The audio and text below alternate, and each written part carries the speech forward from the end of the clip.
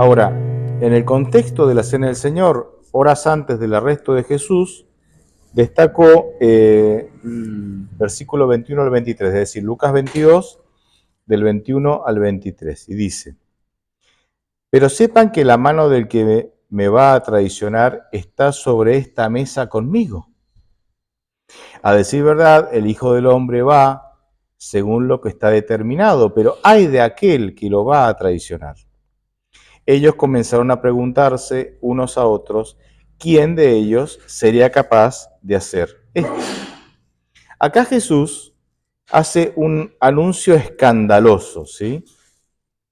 Él declara que uno de sus 12 discípulos, uno del círculo íntimo, porque Jesús tenía muchos discípulos, pero tenía 12 que eran los del círculo interior, los del círculo más íntimo. Él declara que uno de los 12 que están presentes ahí en la cena lo va a traicionar. Y en medio de que esto causó un escándalo, porque el 23 dice, ellos comenzaron a preguntarse unos a otros, ¿quién de ellos sería capaz? O sea, ¿quién es capaz de traicionar a nuestro maestro, no? En medio de este anuncio escandaloso, Jesús hace una segunda declaración que va relacionada, yo creo va en la misma línea, que es del versículo 21, perdón, del versículo 31 al 34. Mismo capítulo, del 31 al 34. Dice: el Señor dijo también, Simón, Simón, Satanás ha pedido sacudirlos a ustedes como si fuera trigo. Pero yo he rogado por ti para que no te falte la fe. Y tú, cuando hayas vuelto, deberás confirmar a tus hermanos. Sigo leyendo hasta el 34. Pedro le dijo, Señor, no solo estoy dispuesto a ir contigo a la cárcel, sino también a la muerte. Pero Jesús le dijo, Pedro, te aseguro que el gallo no cantará hoy antes de que tú hayas negado 3 veces que me conoces. O, como dice otras versiones, de que tú me hayas negado 3 veces. Es interesante, yo quiero hacer algunas aclaraciones acá. La primera aclaración es que Jesús anuncia, como dije recién, que hay un traidor entre los 12. La segunda declaración es, en relación a la primera declaración, Jesús no solamente anuncia que hay un traidor entre los 12, sino que también dice las consecuencias que cosechará este traidor. En el versículo 23, si mal no recuerdo, 22, dice, pero ay de aquel que va a traicionar, que me va a traicionar. Entonces, Jesús anuncia un traidor y anuncia las consecuencias. Ay de aquel. ¿Qué significa esto? Ay de aquel. Pobrecito, la que se le viene. No la va a pasar bien, esto va a terminar mal. ¿Sí? La segunda declaración, hay un juego de palabras en singular y en plural, muy interesante. Porque Jesús comienza hablándole a Simón, después le habla a los discípulos y le termina hablando a Simón. Fíjese que dice ahí en el versículo 31. El Señor dijo también, Simón, Simón, ¿a quién le está hablando? A Simón. Satanás ha pedido sacudirlos a ustedes. ¿A quién le está hablando? A los 12, a ustedes. Y termina, en el versículo 32, termina con Simón otra vez. Pero yo he rogado para que a ti, a Simón, ¿verdad? No te falte la fe y cuando tú hayas vuelto, deberás confirmar a tus hermanos. Es interesante este juego de palabras. Comienza hablándole a Simón, incluye a todos los discípulos y termina hablando de Simón. Yo acá destacaría algo que me parece muy importante, que es Pedro es lo que podríamos llamar una persona gatillo o una persona con personalidad gatillo. Gatillo hace referencia a un arma que para que se ejecute el disparo, la acción de disparar, uno toca ¿qué? El gatillo. El gatillo es lo que hace que se ejecute la acción de disparar. ¿Por qué para mí Pedro tiene personalidad gatillo? Porque la decisión de Pedro gatilla, genera una conducta en los otros. Es decir, la negación de Pedro generaría que el resto de los discípulos lo negaran también. Y asimismo, la vuelta de Pedro, porque Jesús anuncia la vuelta, ¿no? Dice, cuando vuelvas, también haría que él confirmara la vuelta de quién? Del resto. Por eso Jesús le dice, le habla a Pedro, le habla al resto y le habla a Pedro. Pedro tiene esta capacidad, supongo una capacidad de liderazgo tal que si él fracasa, incentiva que muchos fracasen también. Si él se rinde, incentiva a que muchos se rindan también. Pero si él es firme, vuelve y es firme, incentiva y motiva a que otros también sean firmes y vuelvan. Yo no creo que todos tengamos esta capacidad, pero Dios tiene personas con esta capacidad. Dios ha elegido a personas con esta capacidad. Y estas personas obviamente son mucho más influyentes que el resto. Créanme, o sea, todos somos de alguna manera líderes, porque liderar es influir. Y todos influimos. Una ama de casa, que es mamá, perfil bajo, ¿verdad? Que no hace aparentemente nada espectacular en la sociedad, ni en la cuadra, ni en el barrio, ni en el mundo, influye poderosamente ¿en quién? En sus hijos. O sea, en ese sentido, ¿está ejerciendo liderazgo? Sí, porque liderazgo es influencia. Pero lo que acabamos de describir recién es una persona que tiene el don, la capacidad, por su personalidad o por lo que sea, de poder influir en las masas, ¿no? De poder influir en grupos mayores de personas. Y Dios utiliza a esta persona. Vemos que Dios utiliza a Pedro de esta misma manera en Hechos capítulo 2, donde Pedro da un discurso bastante breve, ¿no? Y dice que miles se compugieron de corazón y dijeron, ¿qué tenemos que hacer ahora para ser salvos? Y se bautizaron 3.000, y creo que en un segundo discurso de Pedro, si me lo recuerdo, se bautizaron otros miles más. Quiero destacar entonces el poder de la influencia. Más allá de que nosotros podamos o no tener la capacidad de influir que tenía Pedro, todos tenemos capacidad de influir. Nuestras decisiones van a alentar a algunos, si son buenas decisiones, pero si son malas decisiones van a desalentar a otros también. ¿Podemos decir que nunca pasaremos por un desaliento? No. Aún Pedro pasó por momentos de desaliento y falló, porque terminó negando ¿a quién? A Jesús. Y Jesús ya se lo anticipó. Me vas a negar, pero vas a volver y vas a confirmar. Pero destaco ese punto entonces ahora, con el caso de Pedro. Todos somos, de alguna manera, influimos en otros.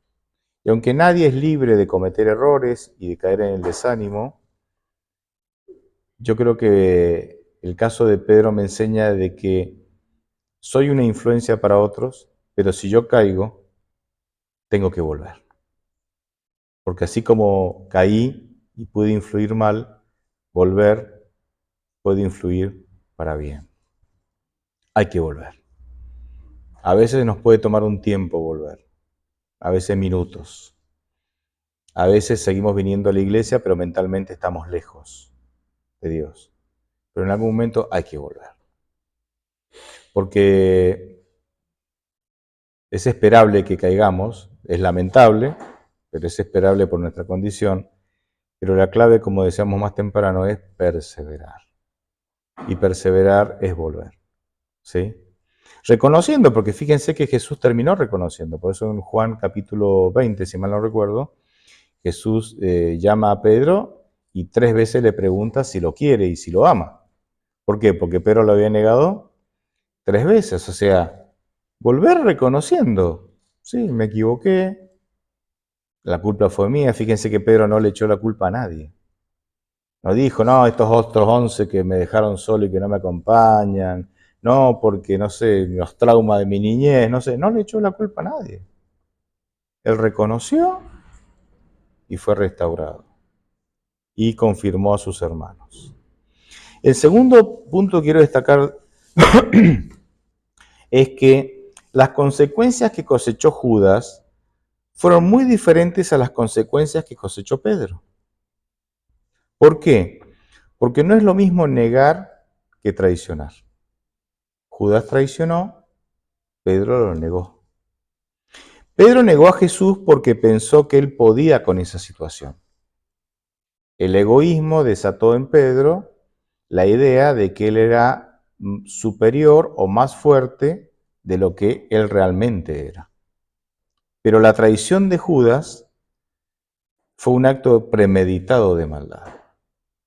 Pedro no premeditó, Pedro no planificó negar a Jesús. De hecho, dice, yo estoy dispuesto a ir a la muerte contigo.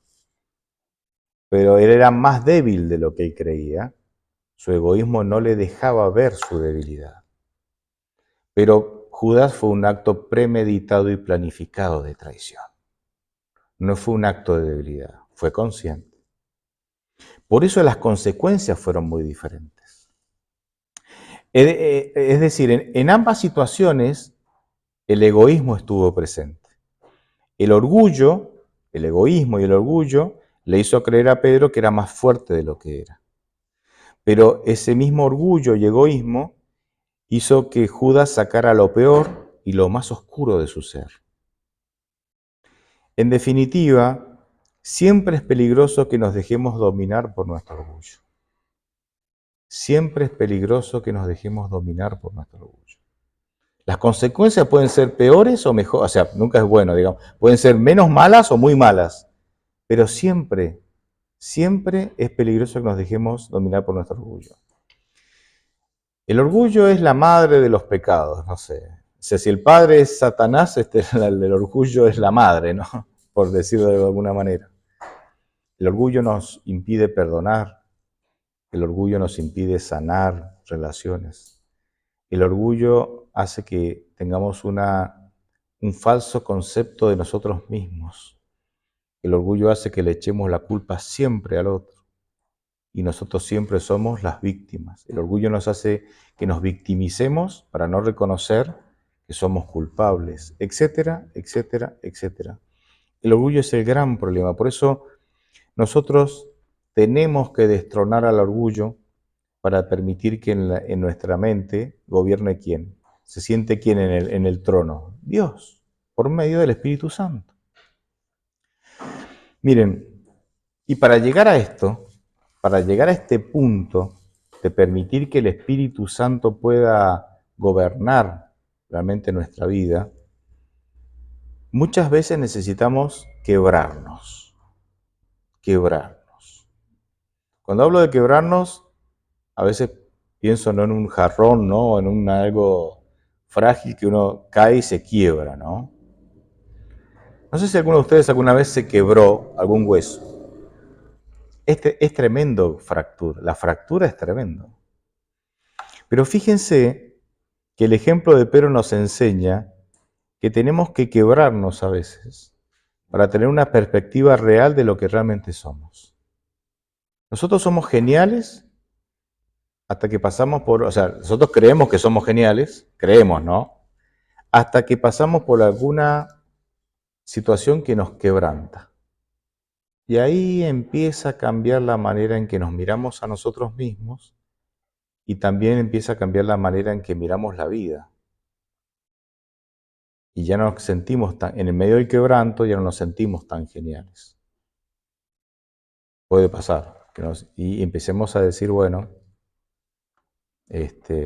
tal vez el otro tenía algo de razón. Tal vez yo no soy tan genial como creo. En otras palabras, hay que romper viejas estructuras mentales gobernadas por el egoísmo para empezar a construir nuevas estructuras mentales gobernadas por el Espíritu Santo.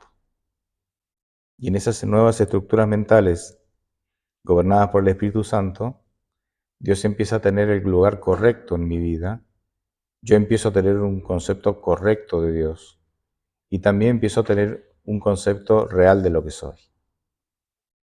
Real de lo que soy. Y cuando vos sabes quién sos, sabes qué lugar ocupas. Cuando vos sabés quién sos, sabés quién es Dios también. Y sabés qué cosas las tiene que resolver Dios y qué cosas las tenés que resolver vos. Muchas veces, porque yo no sé quién soy, me meto en el lugar de Dios a resolver cosas que las tiene que resolver Él. Y yo entonces termino no resolviéndolas, muchas veces empeorándolas, frustrado, desanimado y muchas veces hasta abandono a Dios.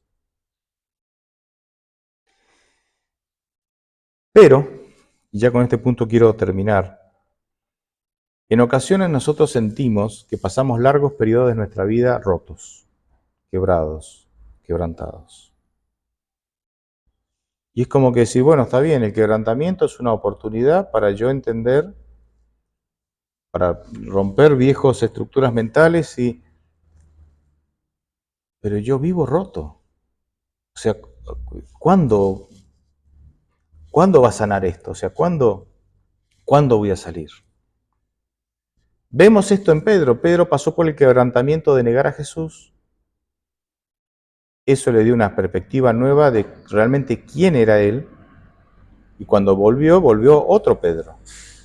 ¿Me entienden? Un Pedro antes del quebrantamiento y hubo otro Pedro después del quebrantamiento.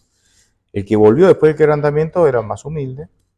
No era perfecto, obviamente, pero era más humilde, más consciente de sus debilidades. Porque para colmo la macana que se mandó fue pública. O sea, todo el mundo lo vio. Más consciente de sus debilidades, más dependiente de Dios. Un hombre se lo ve mucho más manso de lo que era antes, mucho más abocado a la oración. El quebrantamiento generó en eso en él.